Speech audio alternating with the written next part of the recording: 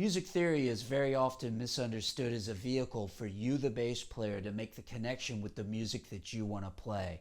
Make sure that you watch this whole video because at the end I'm going to be giving away a freebie that's going to help you to develop this concept further. Too often people get caught up in what I call the theoretical world of speculation, where they can talk about a musical principle to a degree but are unable to make the connection to their instrument. As a result, many bass players tend to circumvent certain aspects of music theory and subsequently can't see the forest for the trees. If you're always using an approach where you end up compartmentalizing all the individual different theoretical concepts, then it's going to be extremely difficult to see how they all fit together into an interdependent musical experience. Bass players often run into problems when they start getting serious about learning their instrument. This includes not understanding where the notes are in relation to a fretboard pattern, along with not understanding what the intervallic formula is over the chord you're playing. As a result, this creates many obstacles that will inevitably keep you way behind the curve of progress. The one scale that every bass player needs to know is the chromatic scale,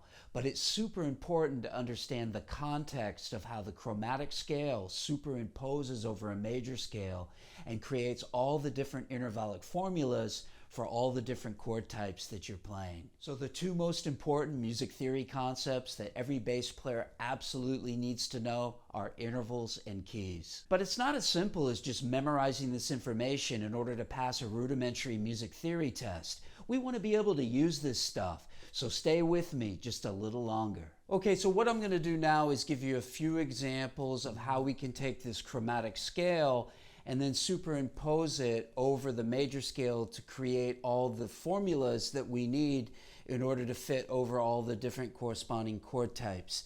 So if we start with a C major scale, that has no sharps and flats, so it's a good place to start.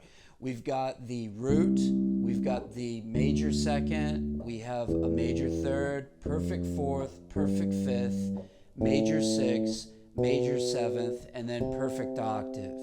Now what we need to do once we establish that, and that's established by the names of the notes in C, which is C, D, E, F, G, A, B, and C. And there's a particular fretboard pattern that's associated with that as well. But it's really important that we've identified those interval names. The root, major second, major third, perfect fourth, perfect fifth, major sixth, major seventh, and the perfect octave. Superimposing the notes in between, this is going to give us the complete chromatic scale. So what we have here as the second note, we're going to call that a D flat. And the reason that we're going to call it a D flat is because we want to establish that as a minor second interval. That's the most common interval that we're going to use at that point within the actual chromatic scale as a point of reference and also a point of formula. So because of that, we have to call it some kind of a D because we've established that the major second in the key of C is a D. So if it's going to be called some kind of a second, it has to be called some kind of a D. So we're going to call it a D flat. So we have C, D flat, and D, and that's the root, minor second, major second. The minor third is going to be called an E flat because E is our major third. Okay, so a minor third is called E flat because a major third is called E, and it's got to be called some kind of an E to be some kind of a third. Then we have the perfect fourth, which is F, and then in between the fourth and the fifth, we're gonna have two relationships. One is a sharp four or an augmented fourth, and one is a diminished fifth or a flat five. And so if it's going to be a sharp four, it has to be called an F sharp because F is the perfect fourth.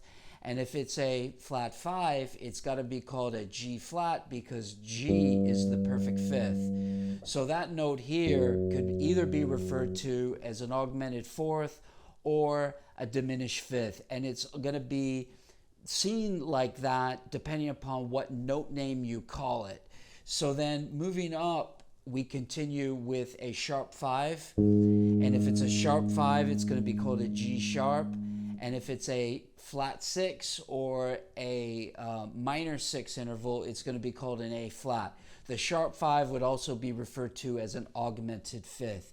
So remember that it's all to do with where that has already been established within the major key as to what note name it's going to be called. And then from there, we move up to the note in between the major 6 and the major 7, and that's going to be more commonly referred to as just 1, which would be the minor 7th. And then we're going to call that a B flat because the major 7th is a B natural. Okay, let's quickly do another example in another key, because a lot of people do these examples in the key of C, and then when they take it to any other key, they get confused. So let's go to the key of C sharp. Let's just jump into the deep end and look at that. One of the things when I first started learning music theory was that I figured out very early that the key of C sharp and the key of C flat were actually easy. They were as easy as looking at the key of C. Why? Because the key of C has all natural notes, and the key of C sharp has all sharps, and the key of C flat has all flats. So once you get your head around just naming all those notes as sharps or all those notes are flats, they're as simple as looking at it in the key of C major. So let's go to C sharp, because a lot of people think this is hard. So if we take a look at the key of C sharp, what we've got is C sharp, D sharp, E sharp, F sharp, G sharp, A sharp, B sharp, and C sharp. So remember, C is C, D, E, F, G, A, B, C. So nothing's really different other than each note has a sharp attached to it. Now the note in between the root and the major second is going to be called D, because D sharp is the major second. We're going to lower that. We're going to flat that 1/2 step, and that's going to become a D natural. And it's got to be called some kind of a D to be called some kind of a second. So we have C sharp, D natural, and then D sharp. Now the note in between the major second and the major third is going to be called an E natural. And the reason being is because your major third is an E sharp. So when I lower that or flat that by 1/2 step or 1 fret, it becomes an E natural. Okay? If we look at the perfect fourth, we have an F sharp. Now, when I sharp that to become an augmented fourth, this gets us into the land of double sharps. And the thing is that technically, and when you're just first looking at this, it's really good to get into this and realize that if it was an augmented fourth in the key of C sharp, you'd look at that, or at least want to know that that is an F double sharp. But that's the same enharmonic equivalent to G natural.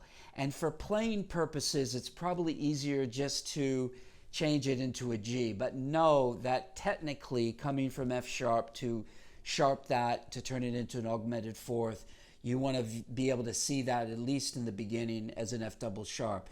When I flat the fifth, which is a G sharp, that's going to be flatted to G. So that makes it technically perfect. But what I said earlier is when you have double sharps and double flats, it's often when you're actually then condensing that into your actual translation of the music through your instrument in real time, it's easier to make that adjustment, but know what the theory is, that comes before that.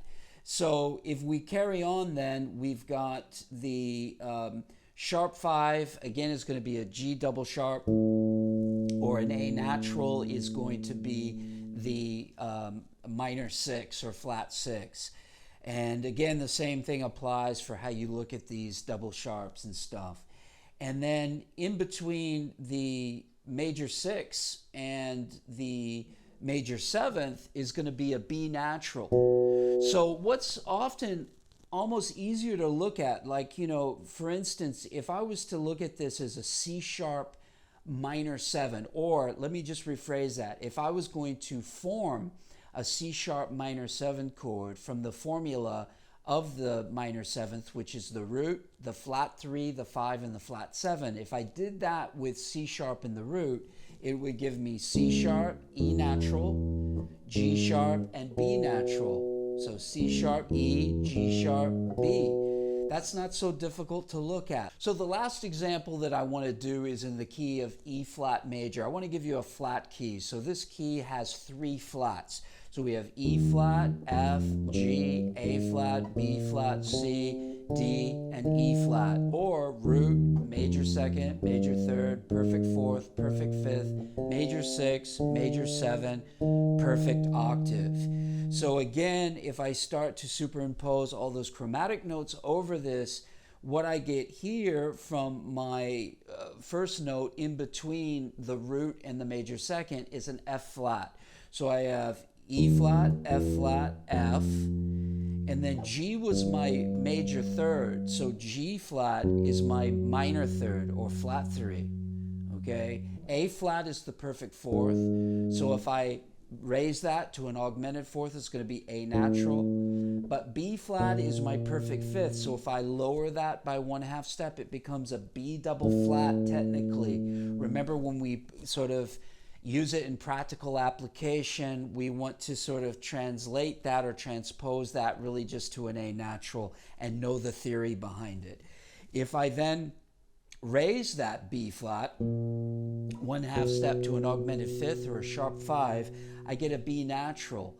But from my major 6, which was a C, if I lower that to a minor 6, that becomes a C flat. Okay, and then the last note that's between the major 6 and the major 7 is going to be D flat, and that's my minor 7th there. So if you look at this, it's not that hard. It just really takes you to go through this in every key. So it gets back to that whole thing that the 2 most important music theory elements, and in my opinion, this is a missing link in music education, because it's often taught to people to pass a very rudimentary style music theory test. And then once they do that, they forget about it because it's just boring stuff. But once you start to apply this on your instrument, it becomes a whole different animal. So get this down. You know, right at the end of this video, I'm going to give you a freebie, which is a free report on intervals and keys, and I want you to study that, but most importantly, I want you to apply it to your bass like I've done in these 3 keys. Thanks for hanging out with me today, and I hope this video was helpful. I've also left a link in the description box below for my free guide to intervals and keys. I've got loads more videos that you can watch in this series, so if you haven't seen them all, then just click on the box that appears up here. For more useful bass tips and lessons, be sure to subscribe to my channel by clicking on the icon here. I've got new lessons that go live every Thursday, so until next time, practice smart, work hard, and play creatively.